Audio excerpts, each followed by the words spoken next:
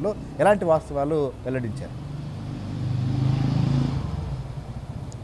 శ్రీహరి, రాయలసీమ ఎత్తిపోతల పథకం పనులకు సంబంధించి అటు అధికార విపక్షాల మధ్య జరుగుతున్న వాద ప్రతివాదనలు, అదేవిధంగా రేవంత్ రెడ్డి చేసిన ప్రకటన నేపథ్యంలో ఆంధ్రప్రదేశ్లో అధికార విపక్షాల మధ్య కూడా వాడి వేడి వ్యాఖ్యలు సంతరించుకుంటున్నాయి. ఈ నేపథ్యంలోనే ఈరోజు రాష్ట్ర ప్రభుత్వం అసలు రాయలసీమ ఎత్తిపోతల పథకాన్ని ఎప్పుడు డిజైన్ చేశారు, ఎటువంటి అనుమతులు తీసుకున్నారు, దాదాపుగా 3,300 కోట్ల రూపాయలతో ఈ ఎత్తిపోతల పథకం పనులను డిజైన్ చేసినప్పటికీ కూడా ఆ తర్వాత ఎటువంటి అనుమతులు లేకుండా కూడా ఈ పథకాన్ని ప్రారంభించారు.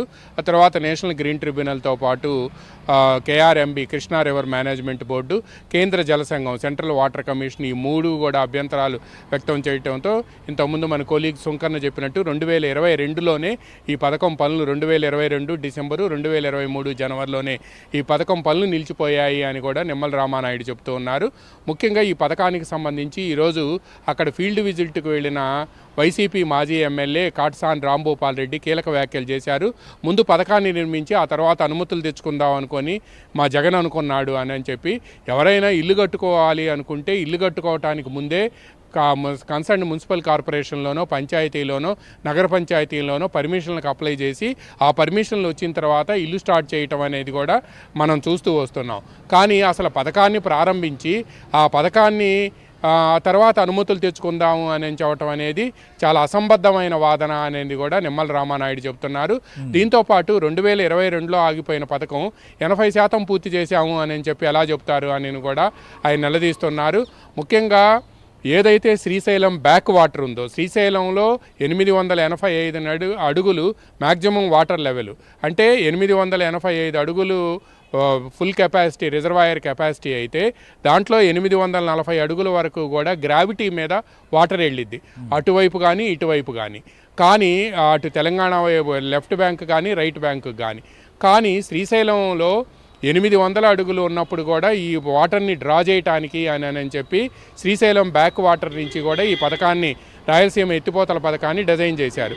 అక్కడి నుంచి దాదాపుగా సంగమేశ్వరం, అంటే శ్రీశైలంలో ఎక్కడైతే ఈ ఎత్తిపోతల పథకానికి నీళ్లు డ్రా చేయాలనుకున్నారో అక్కడ సంగమేశ్వరం నుంచి పోతిరెడ్డిపాడు వరకు కూడా దాదాపుగా 22 కిలోమీటర్ల మేర కెనాల్ ద్వారా వాటర్ని తీసుకొచ్చి అక్కడి నుంచి 12 పంపుల ద్వారా పంపు చేసేసి పోతిరెడ్డిపాడు హెడ్ రెగ్యులేటర్ కింద కాలువలో నీళ్లను పోస్తే అవి రాయలసీమకి వెళ్తాయి అనేది ఆ పథకం డిజైన్ చేసిన లక్ష్యం అది. కానీ అక్కడ 11 కిలోమీటర్లే కాలువలు తవ్వారు 22 కిలోమీటర్లకు బదులు.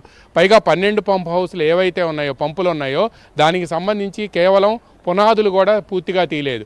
అటువంటప్పుడు ఆ పథకం 80% పూర్తయిందని ఎలా చెప్తారు అని ఆయన మరో ప్రశ్న లేవనెత్తారు. 2022లో ఆగిపోయిన ఎత్తిపోతల పథకం చంద్రబాబు నాయుడు వచ్చిన తర్వాత ఈ ఎత్తిపోతల పథకం పనులు రేవంత్ రెడ్డి చెబితే ఆపారని చెప్పి వైసీపీ నేతలు 2 రోజుల నుంచి గగ్గోలు పెట్టడం, పెడబొబ్బలు పెట్టడం ఏమిటి అని కూడా ఆయన నిలదీశారు. అసలు ఈ పథకానికి ఉన్న అనుమతులు ఏంటి, ఈ పథకాన్ని ఎలా డిజైన్ చేశారనేది కూడా ఆయన పవర్ పాయింట్ ప్రజెంటేషన్ ద్వారా వివరించారు. దీంతోపాటు తెలంగాణ సీఎం రేవంత్ రెడ్డి శనివారం రాత్రి అక్కడ శాసనసభలో చేసిన వ్యాఖ్యలు తెలంగాణలో ఉండే అధికార విపక్షాల మధ్య రాజకీయ కోణంలోనే తాము చూస్తున్నాము అని కూడా ఈ సందర్భంగా నిమ్మల రామానాయుడు వ్యాఖ్యానించారు. అందుకనే ఈ పథకం ఎప్పుడు నిలిచిపోయింది అనేది కూడా తాము వివరాలు చెప్పేందుకే తాము ఈరోజు మీడియా ముందుకు వచ్చాము అని కూడా చెప్పారు. అసలు నిలిచిపోయిన పథకం పనుల్ని చంద్రబాబు నాయుడు ఆపుతామని రేవంత్ రెడ్డికి ఎలా చెబుతారు అని కూడా ఆయన ప్రశ్నించారు. కేవలం తెలంగాణలో అధికార విపక్షాల మధ్య ఉన్న రాజకీయ వివాదాల నేపథ్యంలోనే ఈ అంశాన్ని తెర మీదకి తీసుకొచ్చారు. ఆ రాజకీయ కోణంలోనే మేము ఈ అంశాన్ని చూస్తున్నామని కూడా నిమ్మల రామానాయుడు వివరించారు. పూర్తి స్థాయి డాక్యుమెంట్లు, అదేవిధంగా నేషనల్ గ్రీన్ ట్రిబ్యునల్ 2020లోను 2024 జనవరిలోనూ ఇచ్చిన, 2021లోను 2024 జనవరిలో ఇచ్చిన స్టే ఆర్డర్స్ను కూడా ఆయన ఈ సందర్భంగా చూపించారు. దీంతోపాటు కేఆర్ఎంబి, కృష్ణా రివర్ మేనేజ్మెంట్ బోర్డుకు సంబంధించిన ఒక ప్రతినిధి బృందం క్షేత్రస్థాయిలో, అంటే అక్కడ తిరిగి పోతిరెడ్డిపాడు హెడ్ రెగ్యులేటరు సంగమేశ్వరం ప్రాంతంలో తిరిగి పనులు చేపడుతున్నారు అని నివేదిక ఇచ్చిన తర్వాతనే 2022లో కేంద్ర జల సంఘంతో పాటు నేషనల్ గ్రీన్ ట్రిబ్యునల్, కేఆర్ఎంబి కూడా మూకుమ్మడిగా వాళ్ళు అక్కడ వెంటనే పనులు నిలిపివేయాలని ఆదేశాలు ఇవ్వడంతో పనులు నిలిపివేశారని కూడా నిమ్మల రామానాయుడు చెబుతున్నారు. శ్రీహరి, రైట్, మీరు అన్నట్లుగా అటు గ్రీన్ ట్రిబ్యునల్ స్టే ఆర్డర్ ఇచ్చింది, అట్లనే ఖచ్చితంగా కేఆర్ఎంబి బృందం వెళ్ళినప్పుడు కూడా అక్కడ పనులకు సంబంధించిన విషయాన్ని అనుమతులు లేకుండా చేస్తున్నారనే దాన్ని గుర్తించారు. తర్వాత వాళ్ళు కూడా ఆదేశించడం జరిగింది. ఇన్ని జరిగినా కూడా రాయలసీమకు అన్యాయం చేశారు, రాయలసీమకు అన్యాయం చేస్తున్నారు అని మాట్లాడుతున్నారు. వీళ్ళు అధికారంలో ఉన్నప్పుడు రాయలసీమకు ముఖ్యంగా కుప్పానికి కూడా మేమే నీళ్ళు ఇచ్చాం అని చెప్పుకునేటువంటి ప్రయత్నం చేశారు. అప్పుడు కుప్పానికి నీళ్ళు ఇచ్చినటువంటి కార్యక్రమానికి సంబంధించినటువంటి విజువల్స్ కూడా మనం చూస్తున్నాం. కుప్పంలో నీటిని విడుదల చేసేది అప్పట్లో ముఖ్యమంత్రిగా ఉన్నటువంటి జగన్మోహన్ రెడ్డి, పక్కనే పెద్దిరెడ్డి రామచంద్రారెడ్డి, వీళ్ళందరూ కూడా ఆ విజువల్ ఒకసారి ఫుల్ స్క్రీన్ వేయండి, ఒకసారి మనం చూడొచ్చు. అదిగో ఇప్పుడు ప్రస్తుతం ఆ కెనాల్లోకి వాటర్ రిలీజ్ చేస్తూ ఉన్నారు. సో అప్పట్లో ఉన్నటువంటి ఇరిగేషన్ శాఖ మంత్రి రాంబాబు గారు, ఇంకా మొత్తం అధికారులు వీళ్ళందరూ కూడా ఉన్నారు. సో కుప్పానికి కూడా మేమే నీళ్ళు ఇచ్చాం, రాయలసీమ